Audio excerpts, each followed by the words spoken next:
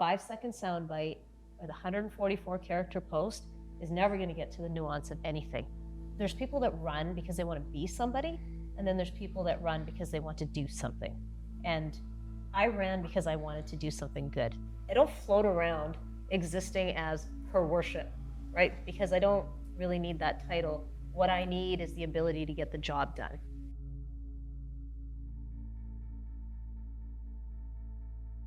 Two years ago, when the church I was pastoring was getting lambasted by the religious right for a position that we took on immunization being required for entering into our building, a lot of heat. The CBC wrote a story. I guess you heard that or saw that story. You reached out and called me. Like, I can't tell you how important that was to have the imprimatur of a city leader, of our mayor, at a pretty challenging time. But my question to you is, why? Why did you make that call? Because I'm a human that cares about other humans, and because I was facing similar heat, and I know how awful it felt. I couldn't sit there and watch you go through it without being able to call you and say, I'm very sorry that you're going through this right now, and that I absolutely believe you're doing the right thing in the interest of the people that you serve. So sometimes it's important to call people when you know they're hurting. It's really easy to go, oh my goodness, that must be so awful, and not do anything about it. But if you have the power and the ability to call somebody and say, wow, that's got to be tough, and I hope you're okay, it sticks with them. I didn't think you would remember that, and I just wanted to tell you, I think you're a great person, so that's why I did it. I wasn't like trying to get that last part out by asking that question. And because how much of that is Jyoti Gondek, and how much of that is the mayor? I mean, those are commingled, right, in terms of a motivation for that. Well, it's interesting because sometimes you'll talk to people who have either served in elected office or they're presently serving, and you'll see them be a version of themselves. Like they're almost performing a role. And I don't say that in a negative light, because sometimes what happens is people get encouraged to run, and then they're told who they need to be. So they are the candidate, and then they are formed into the ideal candidate, and then they get the position, and they feel that that's who they need to be. So if you're not running as your authentic self, you're forever going to be living two lives. And I absolutely could not do that. So when I ran in 2017 for ward councillor, I remember having some very frank conversations with people I care about a lot, including my family and my very close friends, like Janelle, who works with me to this day. And I said, I just have to be me. And if that concept of me is unelectable, then just tell me that I shouldn't do this. And I guess enough people thought that it wasn't too bad to be me. And so I was, and I learned in my time as Ward 3 councillor that being true to yourself and being authentic is probably the greatest thing you can do for the people you serve, so they're not left with two versions of you. And frankly, there's not enough capacity in one's heart or mind to be two people at any given time. Because even though you're two people, you're yourself and you're the elected person, who you are as yourself is still multiple people. You're someone's parent, you're someone's partner possibly, you're someone's child, you're someone's caregiver. You have all of these roles to perform.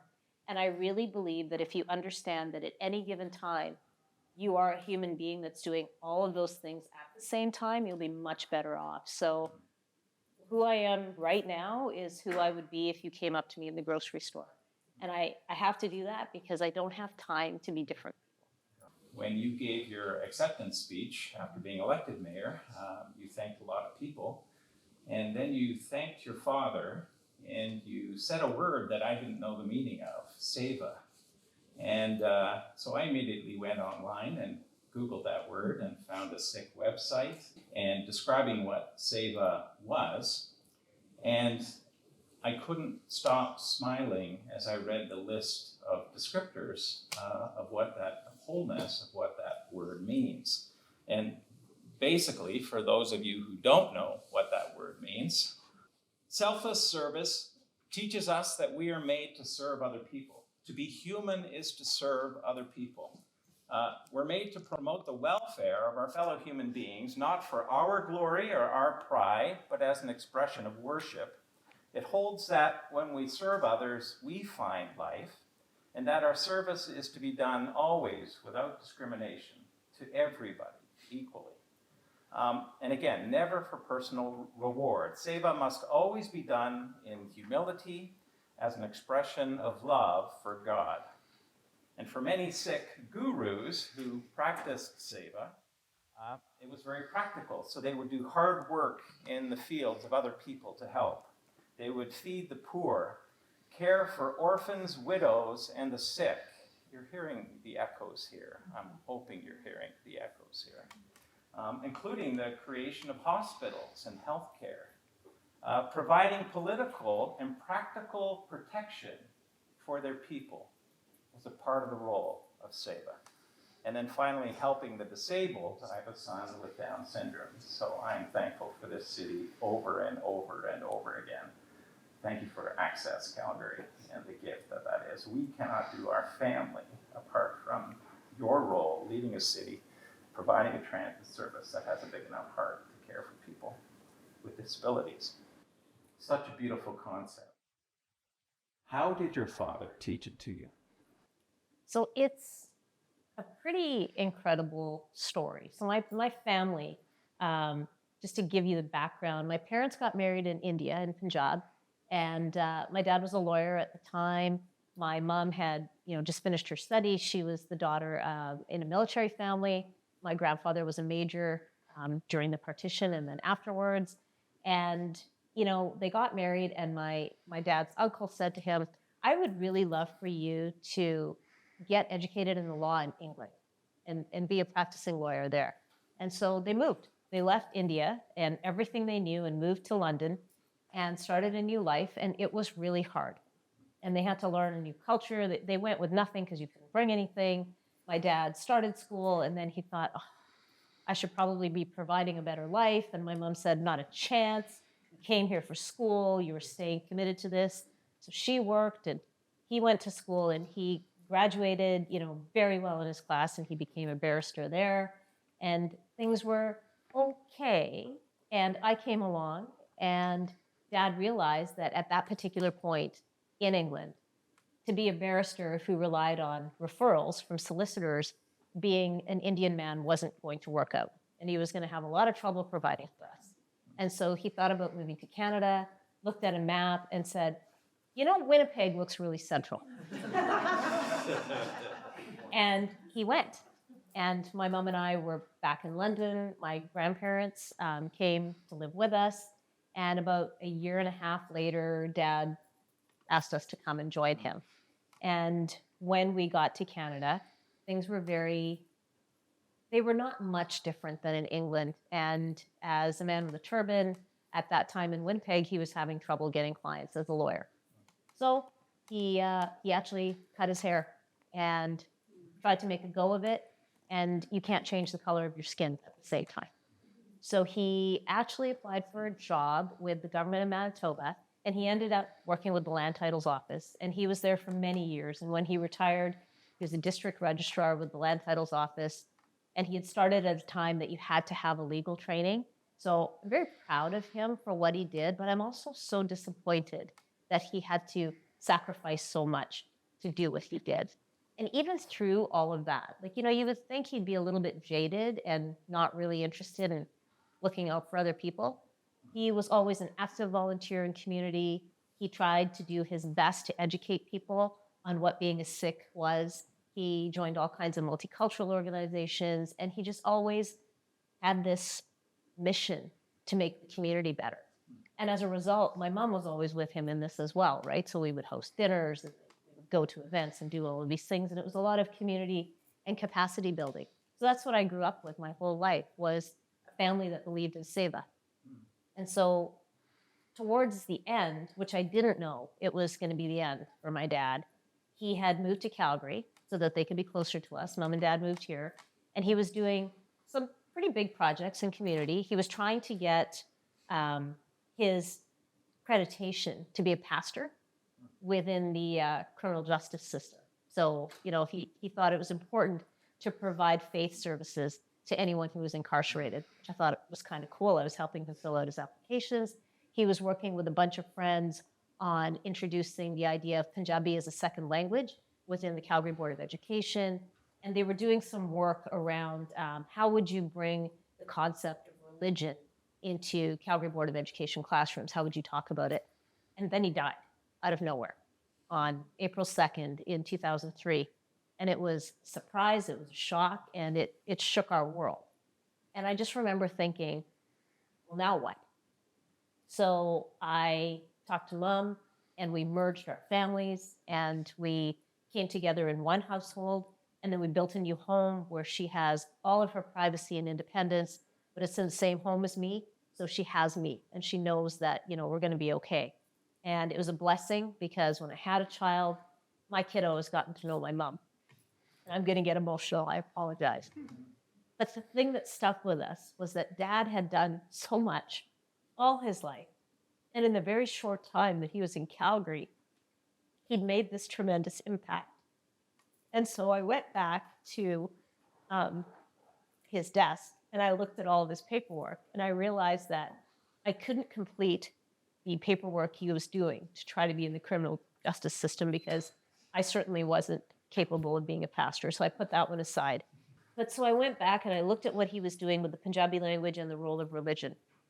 And I talked to the uncles, his friends that he was working with, and I said, can I help you complete what he started with you?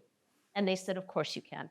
And so I became a lot of different people for them. I became their ride because they were getting along in age and it was easier for me to drive, and I would pick them all up and we would all go in this little roving pack and they would talk about my dad and we would talk about the mission at hand. And then we came to some conclusions about what we would present and what we would do. And in the end, we gave a great joint presentation to the CBE about present the fact that faith and religion are a thing for some people, and they help to keep them whole and connected, and it is very good, and this is what it is, and here are some examples. But don't necessarily push the ideologies. And the greatest thing was when it came to second language, we managed to get Punjabi as a second language option in the CBE, me and the uncles. And that was an accomplishment. Thank you. That was an accomplishment on behalf of my dad, who always believed that language was the key to making sure that a culture could be sustained. And so the seva that I do really started there. I didn't know that, all the volunteering I had done my whole life was as a result of it as well. But when he was gone, it really hit me that this is what he had trained me to do. So I just carried on from there and kept doing more service, and here I am. Yeah, something about you've been a recipient of his saving actions in ways that can't but have formed you and can now compel you to do. So we should thank your father, right, for the beautiful gift that he's passed on to us through his daughter. In a recent Calgary Herald interview, you said this in relation to our city's housing crisis. I think it's very important for our city to get back up to a point of balance and equity where everyone can live with dignity, where everyone has access to food and can live a quality life. We've got to invest in making sure everyone in Calgary can call this place home in a way that matters to them. In the particulars of the realm of housing, what inspires you to say that? What do you see that on a very maybe personal or relational level that fuels all of this? If we start at the point of people who are in the situations of extreme vulnerability, you can't just walk past people in crisis. You need to understand that there's something happening here that is bigger than you just trying to get to where you're going. And I've observed more and more Calgarians taking an active role in either calling a crisis intervention service or stopping to see how somebody's doing and being unafraid of doing that, even though these are some of the times when we feel the most unsafe in our city. And so I have to commend Calgarians for being incredibly compassionate people. I also have to say it was pretty telling when I convened a group of building owners and social service organizations and business units within the city and other people who have a vested interest in the success of our downtown, convened them in 2022 in January. And I said, how are you feeling? What's going on? What's your sense of what's happening? And I remember the representative from Bow Valley College, for example, said, I'm feeling kind of uncomfortable. Like it doesn't feel as comfortable as it used to. And just worried about public safety. And building owners were saying, we're just seeing a lot more frequency of disruption and people setting fires in our lobbies. And it feels different. And then 6 months later, we convened the same group and people said, I feel unsafe. I don't just feel uncomfortable anymore. Things feel unsafe. And then they all, at the same time, came to this realization, and they all said this: I don't feel unsafe because I feel like I'm in danger because of people that are in positions of vulnerability. I feel terribly that they're in crisis, and that crisis is creating this sense of safety being gone in our community. So we want to take care of people that are in crisis so that we can make our community safer. Because what's happening to them leads them to do things that they're not actively doing, they're happening as a result of the crisis. And if we can deal with that, we might be better. And that was incredible to me because nobody blamed the individuals. And in fact, they all said if we can get them care or support of some sort, we might be able to turn this around. And so the one thing that I've held very close is this idea of having a care facility for high acuity people. And it's Patricia Jones from the Homeless Foundation who said it the best. She said, these are folks that we failed in utero. We don't know if they're ever going to be okay. And if we know that they might not be okay on their own, then we owe it to them to have a care facility where they can live out their life with the supports that they need. And so I believe that is the number one thing that we need to do. It's absolutely critical. There's probably 100 to 200 people in Calgary right now that need that service. And I think if we focus on that one point, it's a good starting point and a good rallying point. And then we have to lobby and work with the other orders of government to get mental health and addiction supports in place. So that's how I look at housing when we're looking at people in positions of crisis or vulnerability. When it comes to the market side of the equation, things aren't what they used to be. And so when people say things like, when I was your age, I saved up money and I got myself a mortgage and I pulled myself up, it is not like that anymore. Not even close. I mean, I moved here in 1997 and I remember looking for our first house. And we're with our realtor who said to my husband and I, what are you thinking of spending? Okay, so I came from Winnipeg.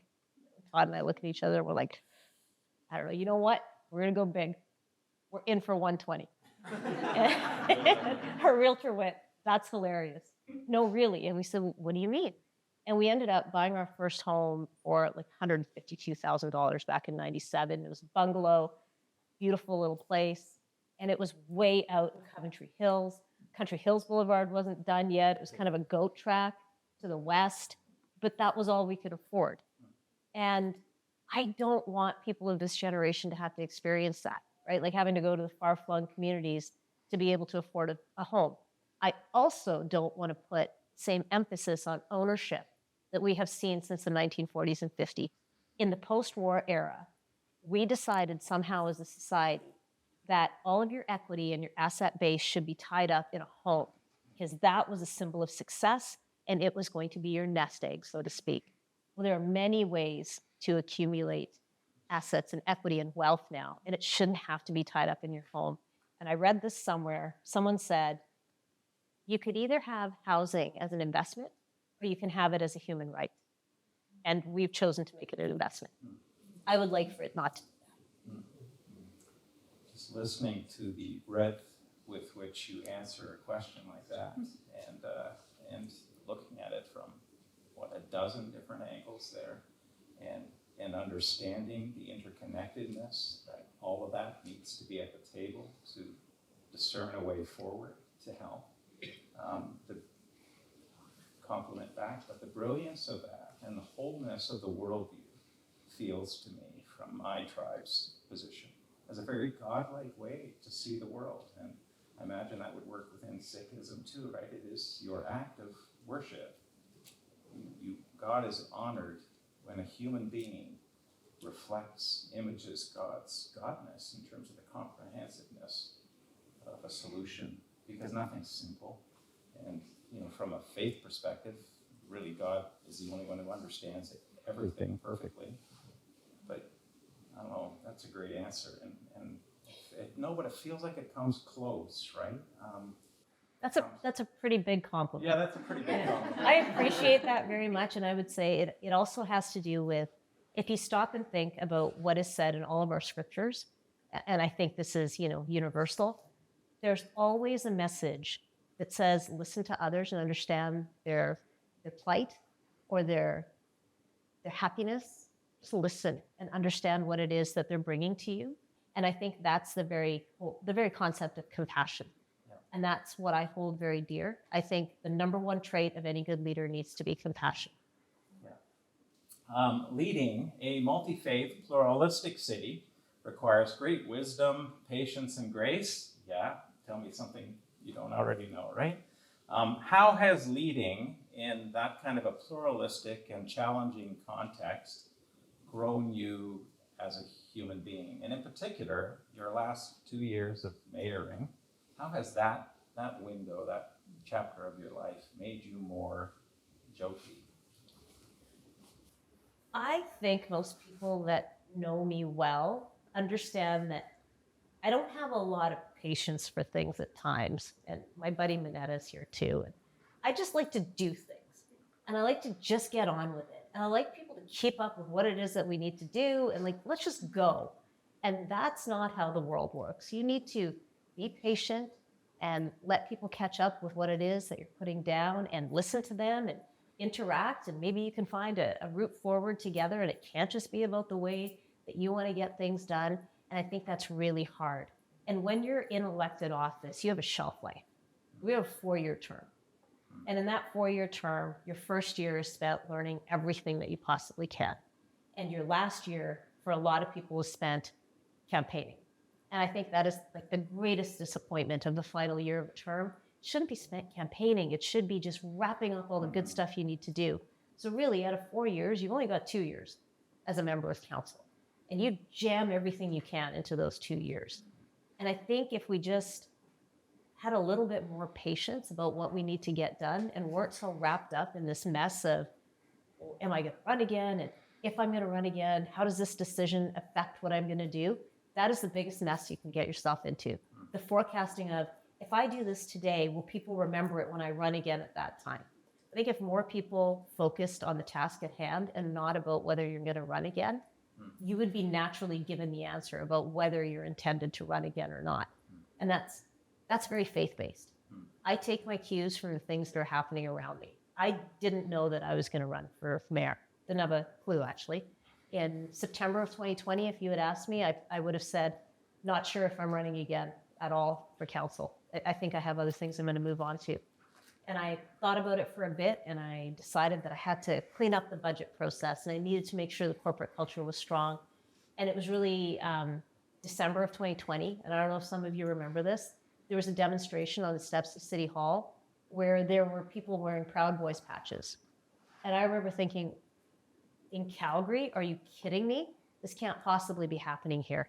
And I was just devastated, because that's where I work. That's my house. You can't show up looking like that and talking like that at my house. And I posted something on social media about feeling broken and how this could not be the Calgary of the future. I turned everything off, and I went and made some Play-Doh, sushi. That was my calming down technique. And I logged on again a few hours later, and there were so many people that said, we're with you. Like, we agree with you that this shouldn't be what Calgary is. And, be strong. We're here with you. And I thought, wow, that's incredible. And that was the day that cemented it. That was the day I decided to run for mayor, because the reputation of this city could not be hatred and exclusion of people. The reputation of this city had to be what I know we are, purely in our heart and our soul. And that had to be diversity and inclusion and belonging. So, sometimes you got to look for the signs, because they are there. You just have to know how to interpret them. Those extremes, Proud Boy patches, right? I think we're all you're preaching to the choir in this room in terms of facing that and not accepting that. But there are others who just have a difference of opinion. Within your council, maybe that's happening. Yeah. Yeah, right. And to lead a group of people with disparate opinions, sometimes that are opposite each other, requires a listening and an attending and an understanding that does what to you? How does it expand you? How do you become a bigger person, a bigger leader, stronger in your capacity to deal with that sort of pluralistic, multi-viewed way of engagement? Like, you must be doing this all the time. Yeah. In every meeting with everybody that you meet from different faiths. Literally on every item, on every issue that's on the council agenda, you never know what you're going to get. And the thing that I have tried to do, and I practice it to this day, I will talk to every member of council regardless of who they are, with the exception of one. I talk to them and I ask them what it is that they're trying to accomplish. How can I help them accomplish it? Especially when I don't agree with them. That's when I've said, I completely disagree with you. I do not think this is the right thing to do. But if you absolutely insist on bringing this to the floor, at least let me work with you procedurally to get this right so this doesn't become a disaster. And so we're not having a horrible debate, so that we're doing it in some sort of measured way. And so I have remained true to that. I've also remained true to giving credit where it's due. So anytime there's a member of council that has done some really great work, I will give them the credit and I will give them the spotlight. I do not go out into a media scrum first. I enable them to do that so they can take full credit for the work they've done.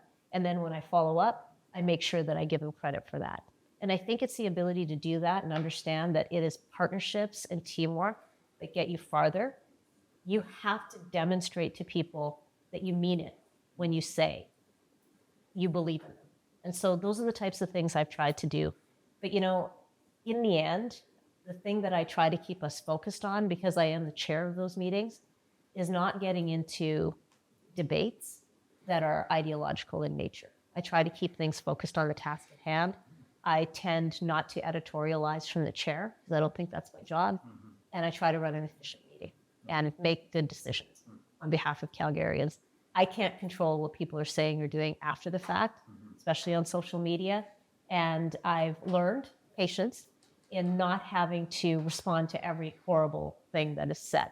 Sometimes you just need to let people say what they're going to say and move on with your life, because it's not worth picking a fight. So that takes time to learn.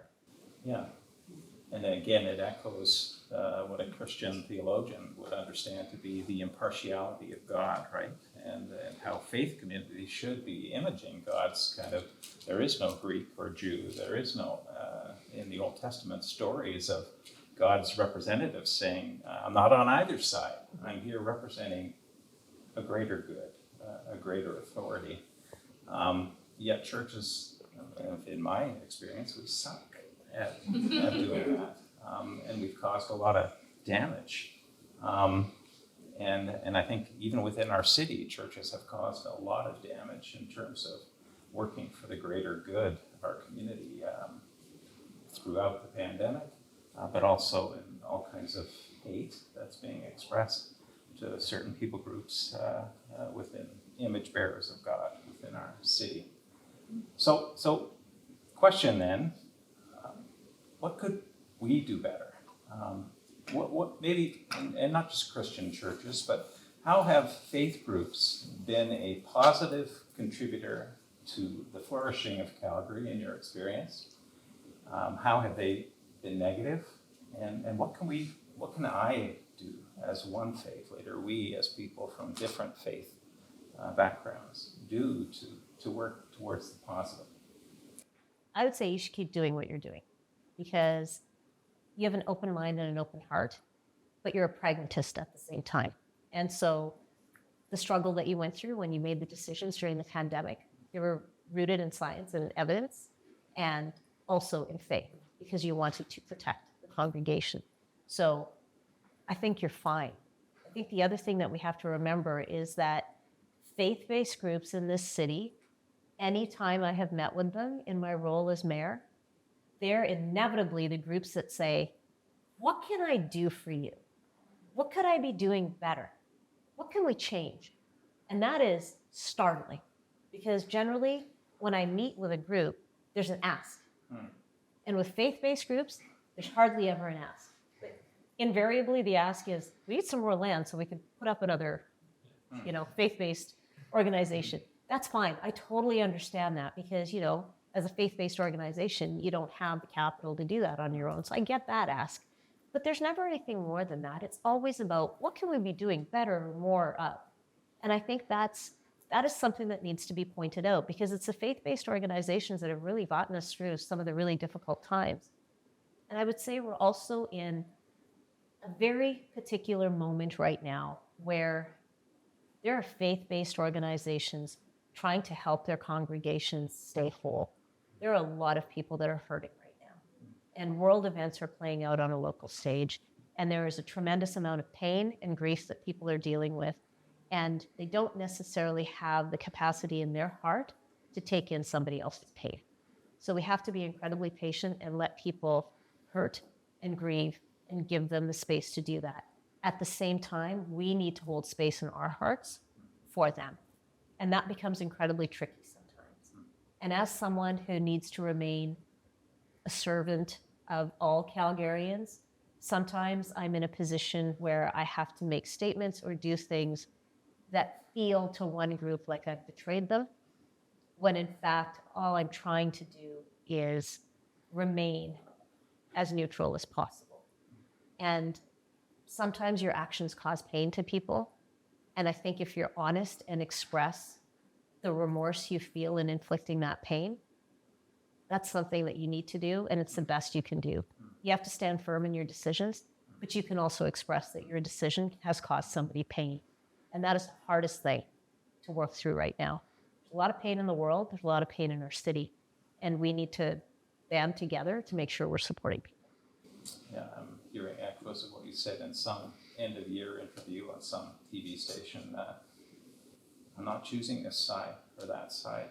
I'm choosing the good of our city and the good of our community, which was a very difficult wisdom, right, to live out and to hold to, but a compelling and true. How else can you lead a diverse city apart from being able to stand in that place?